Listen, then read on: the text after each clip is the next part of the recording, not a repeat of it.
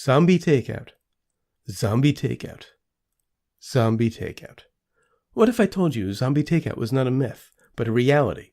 And what if I told you that there is a utopia full of bad movies and absurdist podcasters waiting for you?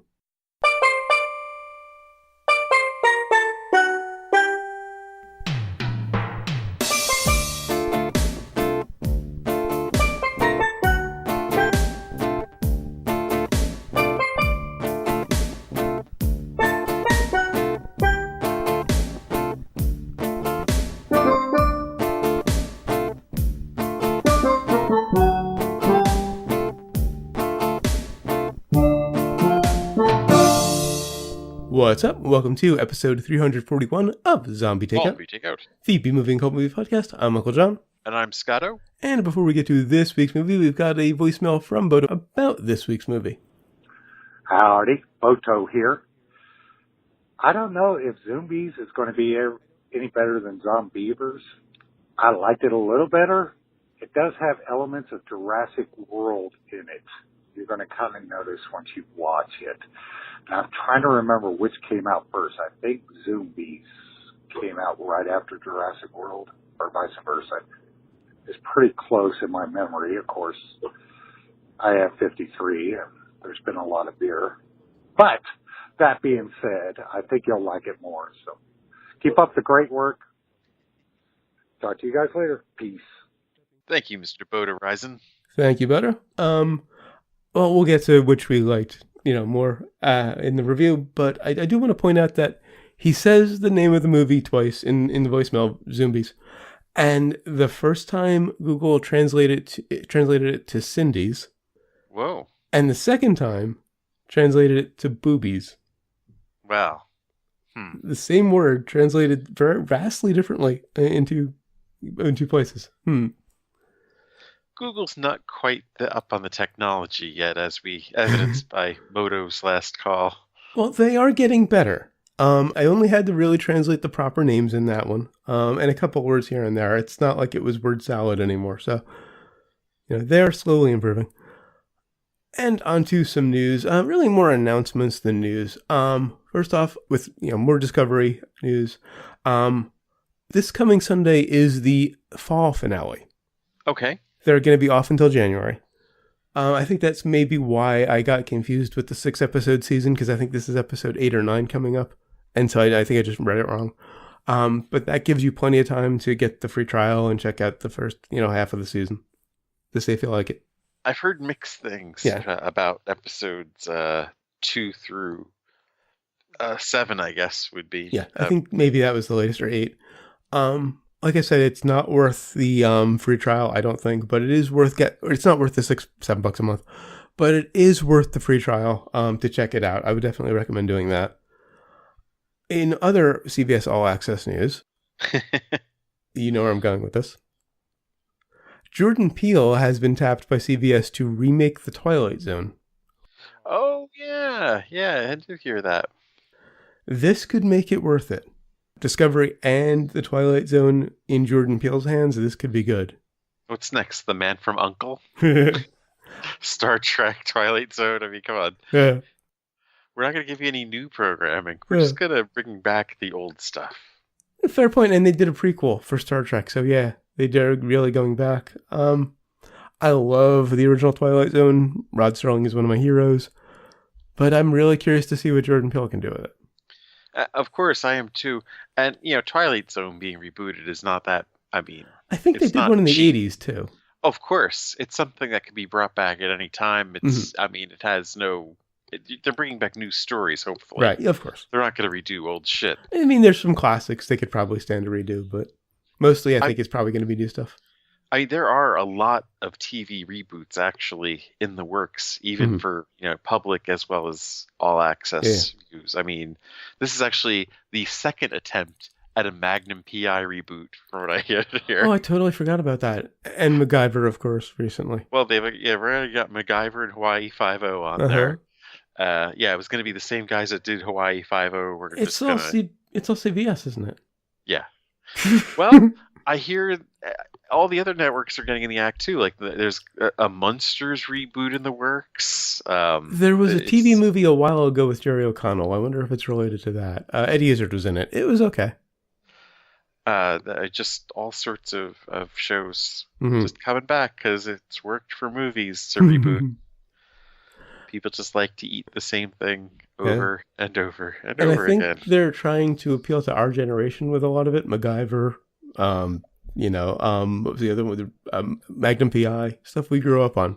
I just don't get it though, because if I wanted to watch those shows, You'd watch the originals. I would watch the originals. Yeah. I could still sit through an episode of Magnum PI at this. I mean, Hawaii Five-O was pushing it.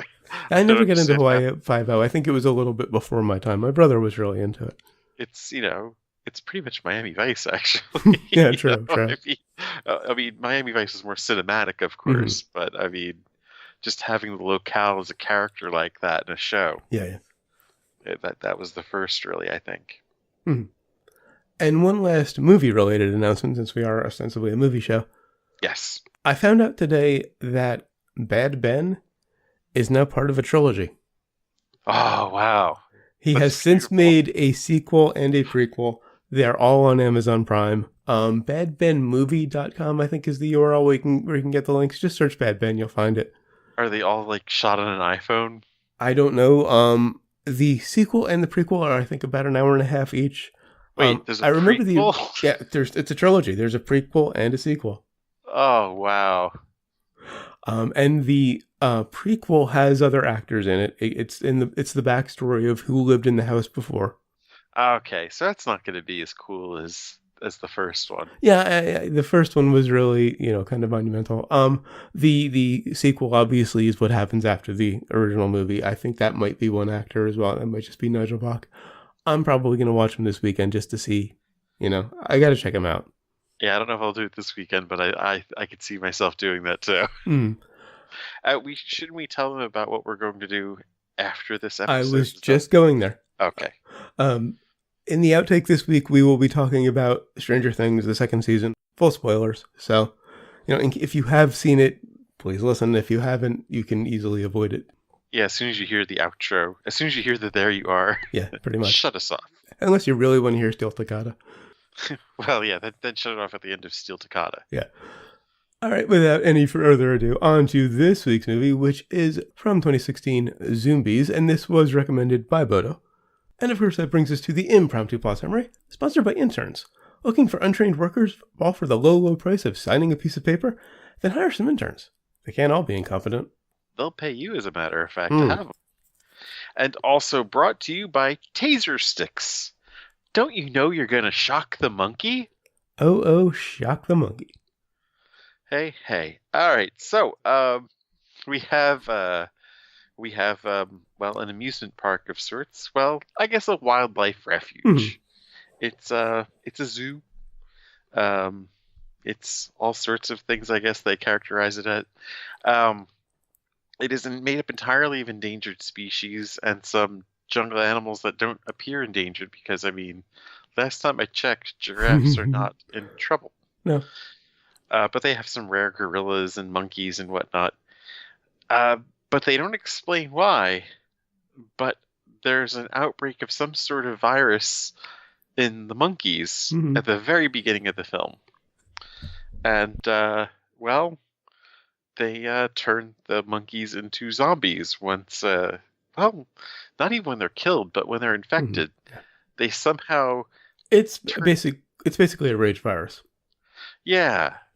And once they get this, they can almost not be killed. I mean, I couldn't figure out exactly what the rhyme or reason was when they were killed. Unless you're a little girl with an aluminum baseball bat. Oh, yeah, then you fuck shit up all as much as you want then. At this time, the park is yet to open, and they're bringing in interns to start setting it up.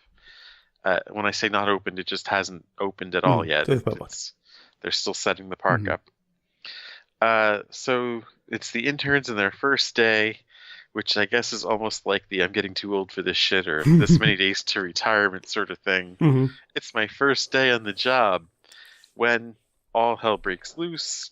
The monkeys manage to kill a number of the zoo staff, and really the entire movie you could just sum up by saying they're trying to stop the spread of this outbreak, and of course from it reaching the birds in this magical aviary that is almost impenetrable until it's not. That reminded me a bit of Epcot.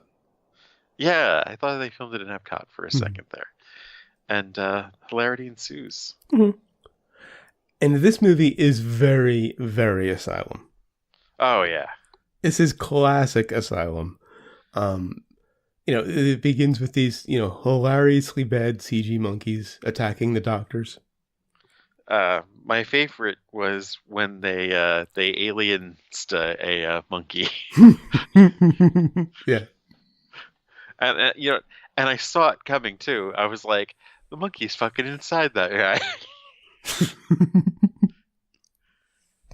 He's totally inside that guy. Yeah. And sure enough, when they come back to the lab where the outbreak first happens, or when the virus first, shows up, it's one doctor's still alive and suddenly starts shaking, and the monkey actually bursts out of him. It was genius. And the CGI throughout the movie is just beautifully bad. Oh, yeah. Yes, so terrible CGI. And like a lot of Asylum, it also spends a little too long setting up. We get a lot of time to meet the cast, which is good because they're all kind of memorable. Nobody's really just a faceless red shirt. Well, I mean, they take a long time to set up, but they also have it going at the same time. The disease has started at the same time that they're setting up, which kind of helps. Mm-hmm. But it doesn't really release and start affecting other animals until they breach the lab about a half hour in. Right, until they open the lab door to let it out. Yeah. And they make sure to show you how, calm and peaceful the place is. We've got a security guard on a bicycle at one point. They make sure to show you, they even start with this speech about how it's a utopia, what we used for the intro, just to set this scene, and then they breach the lab, and all hell breaks loose. And I loved the obvious difference between the CG monkeys and the stuffed ones during that scene where they start attacking in the lab. Because you've got the hilariously bad CG ones, and then you've got scenes with actors holding these, and I don't mean taxidermy stuffed, I mean stuffed toy monkeys. Yeah. Struggling with them. Asylum has to be in on the joke. Oh, definitely. I mean, the whole thing, from the elephant riding to the terrible zip cable, scene where they're just so obviously not moving, where they're obviously just standing there with their arms up in the air, maybe not even holding on to a zip line. Right. With this ridiculous green screen behind them. Yeah. And in that lab scene, you have the beginning of probably my favorite part of the movie. You have this character, Gage, who starts off as this kind of nervous, stuffy guy in a suit, who just slowly throughout the movie becomes this incredible badass. Yeah. It starts with, he's got to help this guard struggling with a monkey. He takes off his jacket, grabs the monkey in it, and just starts beating it against the wall. And you think, okay, that's going to be his nice heroic moment. Then he's going to buy it because he's a base red shirt. Makes it through the movie. Yeah, there's so many people who you think are red shirts and main characters. That was nice that they played with that. Yeah. And Amber. I love how they played with that. Yeah. Because I hated her. And you definitely thought she was going to be around longer than she is. Well, they kill her off early, which I was glad to see. Yeah. Or you think they kill her off. They bring her back very briefly and give her an actual death scene. We effectively got to see her die twice. Well, yeah, because I hate when movies like this kill someone off camera, because it's just, I mean, what is the point of that? Right. Unless it's the one guy who falls from the zipline. Obviously, you see him fall, you don't need to show the impact in that case. Right. And I'm surprised you're not complaining about the outbreak, although it is the release of the virus, though it is an Asylum movie, so I guess you wouldn't be expecting much. Is it really that crazy? They pulled a Resident Evil. They breach the Well, lab, and then within seconds, it's all over the zoo. it worked its way. It took a little while I mean, it's not like they opened a bottle and released it throughout the world. Well, I mean, true. I mean, it's a smaller location. It's just a zoo. True. they had 5 monkeys or whatever running into different sections, Well, that's and true. The monkeys did escape the lab, so right, yeah. and Mm-hmm. not all the entire zoo wasn't infected immediately. There were this section and that section. The elephants were fine at first. Yeah, true. Yeah. In fact, they rode them for a while. Right. Another great Gage moment. He explains that the elephants are peaceful, or tame. Not tame, but they're not aggressive because they have no natural predators. And they said they ride them for a while until they get attacked by zombie ring-tailed lemurs, and who scare the elephants off. And in that chaos right after the outbreak, you have my other favorite moment. There's this little girl, the daughter of the head of the zoo, who has a couple of scenes. They're mercifully sparse with her scenes up until this point, though I think there were probably still a few too many. Yeah, it was very, very odd. I don't know what they were trying to go for with her. Mm. Just this precocious, oh, I'm going to say this thing that's kind of semi-profound, Right, but not right. really, but, still above my age, range. And then she gets locked in her mother's office with a zombie koala. And of course you get the cliche, the mother's trying to break into the office, and you think she's going to break in just in time and save the kid. Right, Nope. they established that the locks take a few attempts to open very early on, and of course, it's going to come back. Right. She opens the door. They give this girl a beautiful River Tam moment. She's standing there covered in blood, holding an aluminum bat. Might have even been a wiffle ball bat, come to think of it. Maybe. And just the remains of the koala are sitting next to her. It was beautiful. And then she just, in this great tone, because, obviously kid actors are always suspect. Yeah. But her delivery of the line after that, something like, I don't think I want to play with my animals anymore. She sounded like she had just killed a koala. This may also be the only movie in which people are terrorized and killed by giraffes. Well, lemurs and giraffes, I mean, they really went for some of the oddball stuff. Yeah. But they're actually killed by giraffes. It's hilarious. And another head fake. Gage gets bitten early on by a monkey. And he's all worried about it throughout the movie. And everybody keeps telling him, you're not going to turn, you're not going to turn. And I was sure he was going to turn. Yeah, I was kind of disappointed that he didn't. In hindsight, I kind of like that he didn't. It was a subversion of the trope. That it just, I mean, humans are immune to this virus, whatever Apparently. it is. Which they say a few times, it probably can't affect humans. But it goes through so many different species of animals. That's true, including apes. Right. So it makes sense that it probably could spread to humans, but it's asylum. Yeah, I think it would have just complicated things too much if they had to take down humans too. Oh, also loved the obvious stock footage. What's her name? Dr. Rogers, who runs the zoo, is on the phone with the cops, and you see this stock footage of a cop with his back to the camera talking on a walkie-talkie. And it was such obvious stock footage. Do you suppose it's Ontario, California, or Ontario, Canada? Right. Probably Canada, since I think it's cheaper to film up there. That's what I was thinking too. And isn't keeping African animals outside in Ontario animal cruelty? Possibly, yeah. Oh, and just real quick, back to Thea. At one point, she starts speaking for the animals. She says, give them, they're not going to stop them until they get what they want. Creepy as hell. Right. It just, I mean, it didn't make any sense.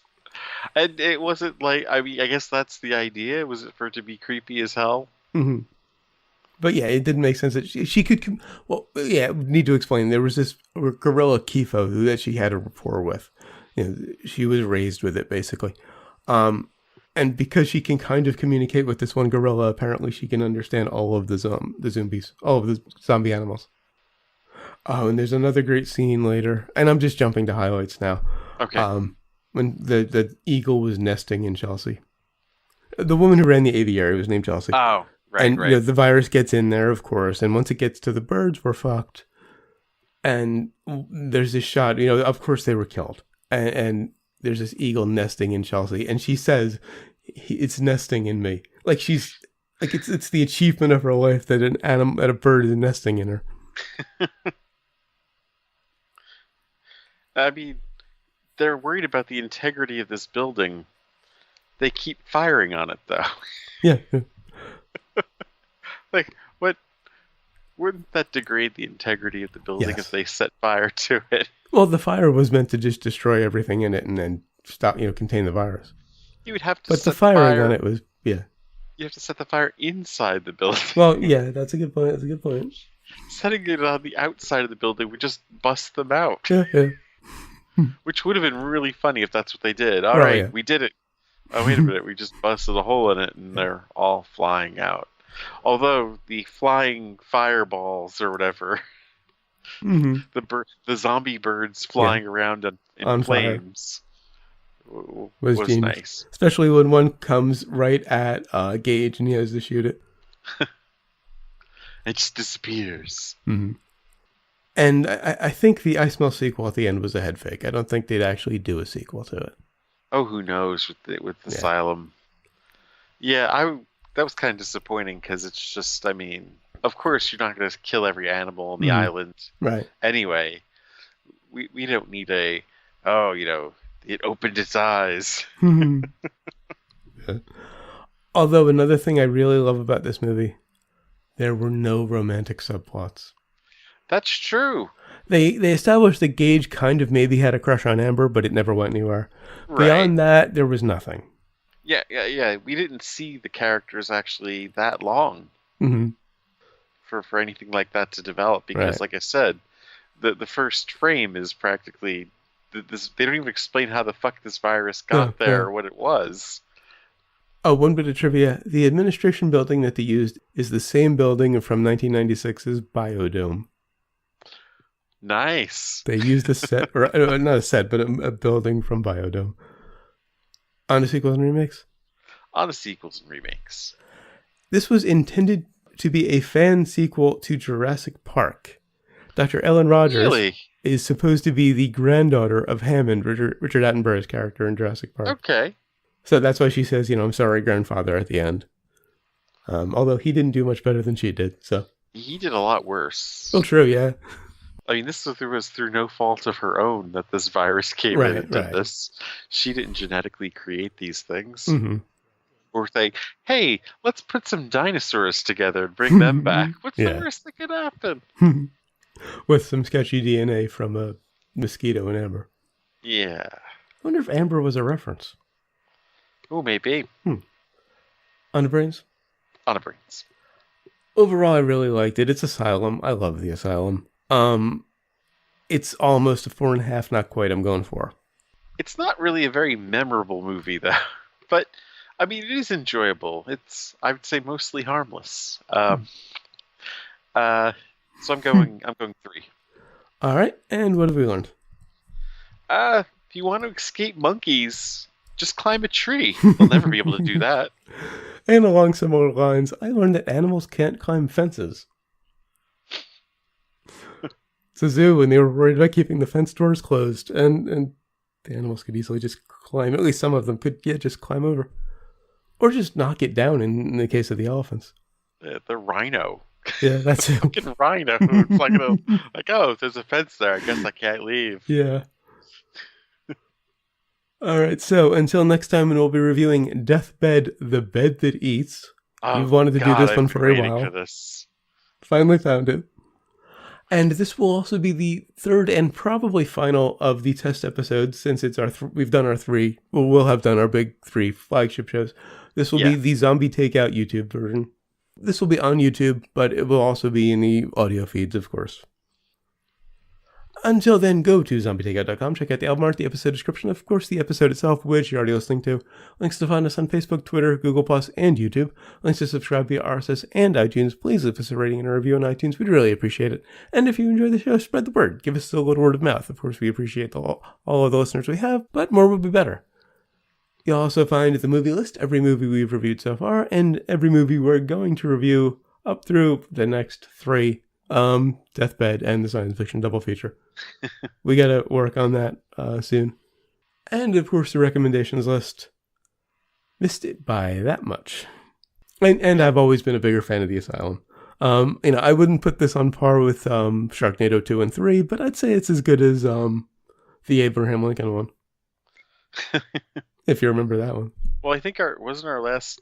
We just did an Asylum for the last Sharknado. Yeah, we did the Sharknado a few weeks back, maybe a month ago, yeah. Yeah. Of course, you can email us, zombietakeout@gmail.com, or leave us a voicemail at 414-368-CTO1, or for the alphanumerical challenge. You can go fuck yourself. 414-368-9861, going classic. Yep. Of course, always remember that you'll always be calling from the middle of Milwaukee, and until next time, always remember, never forget, wherever you go in life, there you are. I don't want to play with my animals anymore.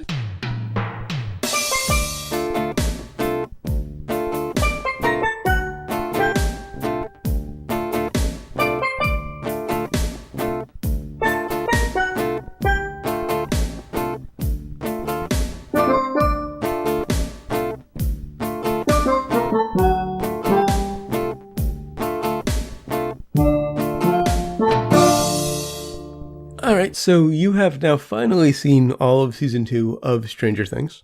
Yes, there was just too much stuff going on when it first came out. Putting it on Halloween weekend. Yeah. Putting it on Halloween weekend kind of sucked, And it's like 9 hours. So, it takes a while. I actually thought it was 8 and got to 8 and realized, wait, there's one more. And ended up staying up till like 6 in the morning watching at one point. Well, right. We intended on trying to break it up into like 3 sittings and wound up doing it in 2. Yeah. I think that's what happened to me too. I was going to do 3 or 4 and it ended up like 2.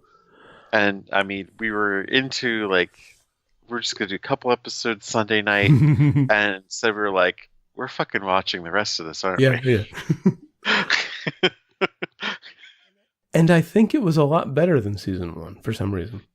Yeah. And I was thinking why, you would think that. And I think, this was a lot less nostalgic than the first season. That could be it, because my big complaint about season 1 is that it was just a nostalgia play. They didn't really do anything more than that. I think the nostalgia in this, aside from like the Close Encounters wink, yeah, I think that's the only like big movie that I really spotted, right. Where they grabbed a scene out of, and it was very brief. Aside from that, it was just kind of an accent, Yeah, you had the music, you had the which I think they used more music in this one than the first season, or at least more obviously. And you had the Reagan Bush Mondale Ferraro election signs all over the place because it was just days before that election. And they still played with some tropes, the bad boy comes to town and tries to unseat the local jock, and I do like the new girl in school. That they don't make them just cartoons though, like Steve in the last season could have easily been that douche, and that's all he was, and in the end he actually becomes likable. And in this one he almost survived. He almost sacrifices himself. Yeah. They did that both seasons. They start him off as an asshole and then they redeem him. They completely redeemed him this time. They didn't redeem the new asshole though. No. In fact, that I thought that was one of the funniest scenes. Oh yeah, where when his sister just beats the shit out of him. Well, no. I was thinking about when he was gonna hit on his getting hit on or kind of flirting with the mom. Oh yeah. They actually went out. He shows up for a date. I think he showed up for a date at one point. Did he? That's totally a thing, yeah. Well, he showed up looking for at the end Yeah. he's going on a date, Right. and that's who he's going on Yeah. the date with. Mm-hmm. Holy shit. That's funny as hell. And I loved the whole buddy cop thing with Dustin and Steve. Oh yeah. I wish they'd put those two together last season. That the chemistry between Gaten Matarazzo and I can't think of the actor who plays Steve. The chemistry is just perfect there. I kind of just call him Ferris Bueller after that commercial. And of course, Dustin is still my favorite character. Yeah, although bit of a nut job. This one. Yeah, still my favorite. Although there's now a close second because we have to talk about the gone too soon elephant in the room. Oh yeah, Bob. I wish we had an adult male role model like Bob when we were growing up. Started out not really liking his character. I thought it was evil for the first half of the season. I thought he was when he talked about that dream. Mm-hmm. I thought he was connected to the alien, because he didn't run. Yeah. Which would be a horrible message, of course, to the kids. Right. Never stand up for yourself. Just run. Right. But, if it was just a dream, that would have been good advice. Yeah. And Bob didn't realize that. The love of...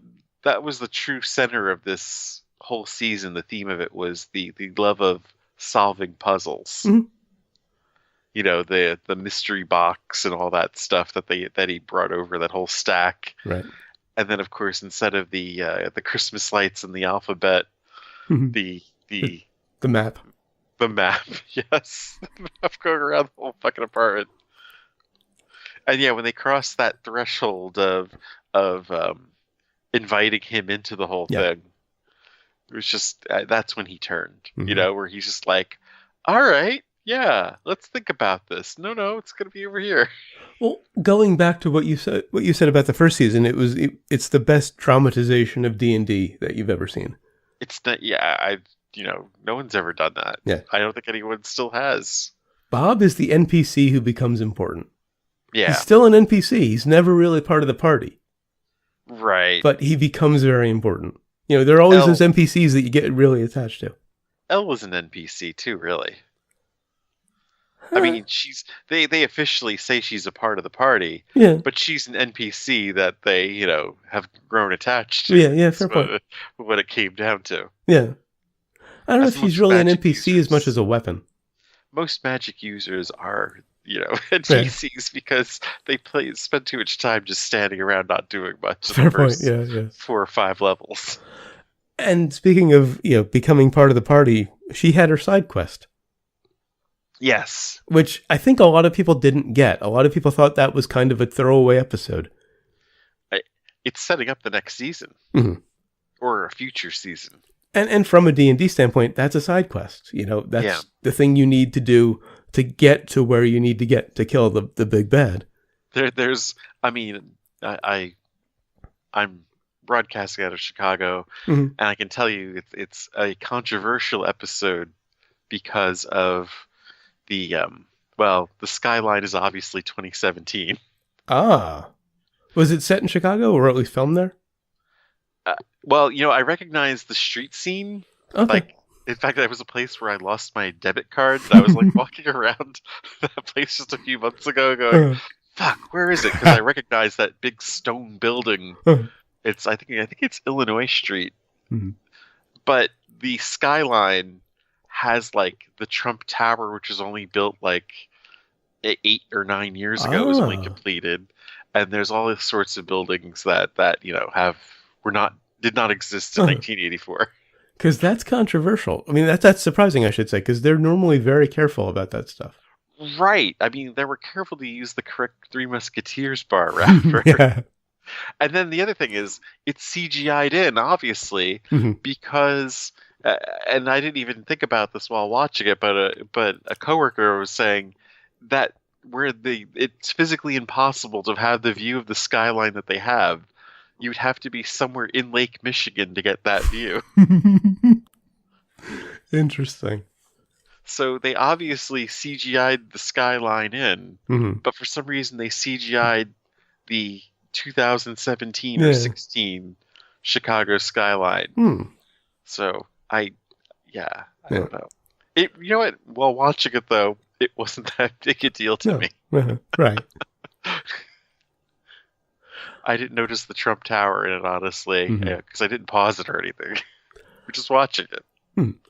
Now, rolling back a little bit in Eleven's story, actually down to the beginning of the story, or the season, it kind of made me wonder if Hopper had gone bad. Because he basically had a 13-year-old girl held hostage in his cabin in the woods. Yeah, but he was right, though. I mean, probably, if he had just let her roam loose, she would have just found her way in a lab being prodded and stuff again. True.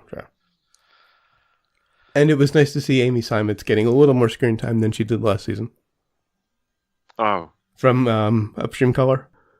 Oh. She plays Eleven's aunt, basically. Oh, that was Amy Simons. Okay, I was wondering where I knew her from. But yeah, I mean, the worst part of the season was that they left her mom in this loop. Yeah. I mean, they introduced the idea that the mom is stuck in this loop of the last hours or day or whatever before she got zapped in her brain. But then to have not tied up that loose end, to not have freed her from the loop. Maybe that's next season. Oh, of course. That has to be. Yeah. And of course, there's, is Matthew Modine really still alive, or was she just using that to try to goad? I think that was an illusion. I think that was an illusion. There's no reason he would be there. And if he's there, then why isn't he taking in Collie? Since she fled from the same lab that 11 did. Well, he was an illusion there. But she was trying to tell 11 that he could still be alive. Oh, okay, that's possible. Yeah. And out there somewhere. I hope not. I never bought him as Brenner. I did like Paul Reiser though. Granted, I was gonna say the shock of Paul Reiser not being a villain. Yeah. I mean, kind of. I mean, what? Hawkins' lab is kind of inherently evil, but he's not villainous in the same way that Brenner was. He's just doing his job. But he was well-intentioned. Yeah. Intended, Right, yeah. There's no... I mean, he was trying to keep the creature under control, not realizing that he was just pissing it off even more. Right. And making it burrow outside. It wasn't until Hopper said, there's this thing spreading from the lab in this radius. And I wasn't expecting them to actually research it. I was expecting them to just be like, yeah, whatever, until it blew up in their faces. But instead, he actually had them researching it. Yeah. Also, I mean, he's basically his character from Alien, so, that was nice to see. But a good guy in the end. Right. I'm not sure how I feel about the girl. I can't think of her name. The Zoomer? Billy's sister. Mad Max? Mad Max, that's it. How can I forget that? I'm not sure how I feel about her. She came in to basically set up a love triangle, which was annoying. And she's just kind of there. I don't know what she really brings. It's kind of weird to see kids this age in a love triangle, though. Oh, no, it was reasonable. New girl at school, and they're both kind of into her. Is. But, I mean, to me, they're babies, so it's like, thinking back to that age, it's a perfectly reasonable, realistic subplot. Yeah, I'm sure. But yeah, just to old man Scotto, it's just...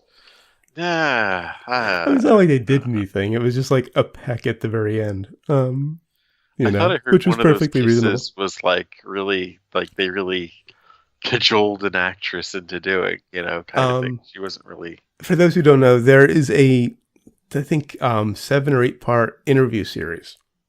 Oh, I meant to watch that. I have not gotten to that yet, though. And yeah, the kiss between I almost said Will, the other one, can't think of the actor's name, Finn Wolfhard, his character, the leader, what's his name? Oh, Anyway, you know what I'm talking about. Mike, that's it. Mike. Mike and Elle. Mike and 11. That kiss was planned. Yeah. The kiss between Lucas and Max, they kind of came in on the day and told her about it. Like they were planning it, but she didn't know. They came in on the day, told her about it. She thought they were joking. And they had to do multiple takes because the camera was never in the right place when they actually kissed. Oh, wow. Yeah. So because the camera's spinning around them and his head was always kind of blocking it when it happened. So that was interesting. And actually that's a nice segue to my only disappointment really with the season. I mean, there's one scene I think Millie Bobby Brown kind of overplays when 11 first shows up, comes back. She overacts a little bit. Oh, when she first shows up at the buyer's place, yeah. Kills every last motherfucker. Well, no, but not even then. When she first shows up at the buyer's house, she's kind of just a little too overly serious and arch, which annoyed me. But my only real disappointment was the fucking smoke monster. That fucking smoke monster. Because, and I say this as a Lost fan, former Lost fan. In the trailers, you see this giant monster. And I'm looking for some serious kaiju big thing break shit action. And it's a fucking smoke monster. I stayed away from trailers, and I think I was richly rewarded. Probably a good idea, yeah. Because, And I knew, like I said, I think, when I first mentioned the season a few weeks ago, I said, I'm probably going to be disappointed by the monster. I knew I would be, but when you introduce a giant monster, it has to go Godzilla. Well, this is like a creepy puppet master looking thing, though. It's the thing that runs the Upside Down. Yeah. And I don't get how it was still there. Well, they just sealed it off. They didn't kill it. That's true. They just closed the barrier between our world, the material plane, and the Upside Down. So it's still alive. It still runs the place. It just can't affect anyone here anymore or send things over. Although I'm sure that'll change given that they teased it at the end. Yeah. 11 will go on her mother quest effectively. And somehow that'll open something and they'll be back. Yeah, it's hard to say how it's going to run, but I mean, yeah, she has to go on her mother quest. Mm-hmm. There has to be there's so much to do for another season. I think it was great that they set that up. Mm-hmm. And with regard to this one being better, it was a little less nostalgic, as you pointed out. And I'm also wondering if it's because I already know the universe and I kind of know the characters already. Yeah. With last season, they had to introduce so much. This was focused mostly on the story than anything else. I mean, they had the new girl to catch her up to speed and stuff. But other than that, it was just all about each story. Mm-hmm. And they really didn't give much for Mike to do this series, it felt like. No, I think that was kind of part of his frustration in a lot of those scenes is because he didn't have much to do. He was just there to take care of Will, effectively. Yeah, like he brooded for pretty much most of the series, except for when they were solving the puzzle together. Yeah. And then when he suggested that we get off the bench and then give this thing a fucking, some pain. And speaking of Will, the kid who plays Will, I don't know the young actors' names in most cases. It's Noah something or other. Noah Schnapp, that's it. Brilliant job when he was possessed. Oh, yeah. Yeah. He was really solid. Yeah, he was amazing. I read they originally wanted him to murder Bob. Oh, yeah, I did hear that. But then they liked Bob so much, so they wanted to keep him there longer. So it was better that he went out, to a demo dog. Yeah. And the whole Bob thing, I would say that's a disappointment for me, but I totally get why they had to do it. Yeah. They had to raise the stakes. They couldn't kill the kids. They couldn't kill Hopper. I also heard that they wanted to originally kill kids in the first season. Probably. But I think Netflix vetoed that. Yeah. Good idea. So they couldn't kill the main cast, kids, and they had to raise the stakes. So they had to kill Bob because we like Bob by that point, and so it's the easiest emotional manipulation. Yeah. I've noticed that we haven't said anything about Jonathan and the girl. I loved the reporter. Mm-hmm. He was great. He was fucking fantastic. Yeah. What is the character's name? Natalia Dyer's the actress, but I can't think of the character's name. Mike's sister. Oh, Nancy Wheeler. Nancy, that's it. The reporter was great. I have to say that, Talking Heads and Vonnegut is my idea of a good time. But yeah, that whole, I don't know, it was like they had to give them this bit of business just to keep them in the show and to just feature this other side character who was great. Well, they also needed to do something about Barbara Fett. Yeah. They had to find justice for Barb, which they did. It's Barbara Fett. Nice. And I'm wondering if next season is going to end with Bob's funeral. Oh. Because this season ended with Barb's funeral. That's true. And Barb died last season. Bob died this season. Are they going to end next season with Bob's funeral? Because, we already know what happened to him, and, they don't need to get justice for him, per se. I don't think they can. Or do you think Barb's going to accidentally fly into the end of a barge and then fall into a Sarlacc pit? Mm-hmm. And all due respect to Shannon Purser, she did an amazing job with the role. Who played Barb? I just don't kind of get why she took off so much. Why is Boba Fett? Fair point. I think that's why we call her the Barbara Fett. Yeah, for the Boba Fett of Stranger Things. Yeah. But at least Boba Fett had the cool armor. Well, she's got the red hair and that 80s outfit. Yeah. I think that's what people love. I think that covers it. I think so too. The kids, Bob, Hopper keeping her hostage. And of course, you realize what we're talking about with the close encounter scene, right? I'm not 100% sure. It's when he was first noticing the upside down when Will and the storm was outside. That whole scene of the door opening with the storm outside was very similar, right, to the little kid coming out and seeing the UFO outside the house. Mm-hmm. Shooting from behind with the door and the orange sky. Yeah. But other than that, I didn't pick up on any other movie shots. No, nothing directly stolen. We've got Ghostbusters at the beginning just to set the time period, but like the last season, there were so many. Yeah. From E.T. to what was with the Coke can and there were so many scenes in the first season that they were just taking from other films and just throwing them in there. And this one, it was just not as much it was more of an accent than main draw. The show is finding its own footing instead of just being, a pastiche, reference. I don't think I don't think they had any idea that it was going to take off as big as it was. And they were like, well, let's just fucking, do the nostalgia play.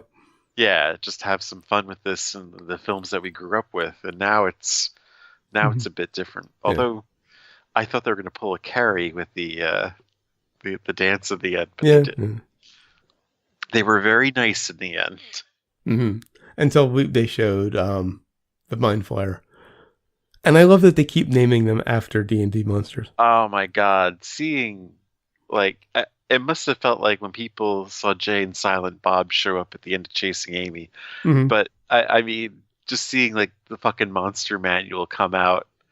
The old school monster manual, too. Not like the second edition one that I had, but the one before it, when that same fucking picture of the Mind Flayer that we just look at. Never thought of putting an army of zombies against him. You just put someone immune to, or the high wisdom, high tolerance against a psionic attack. But anyway. I think we've covered it. I think we more than covered it. I think we spent longer on this so we did the movie. Almost. We got 3 minutes until we match the episode. Oh. Should we sit around and wait and see how you listen to us waiting? No, there's no reason to do that. We'll talk to you next time.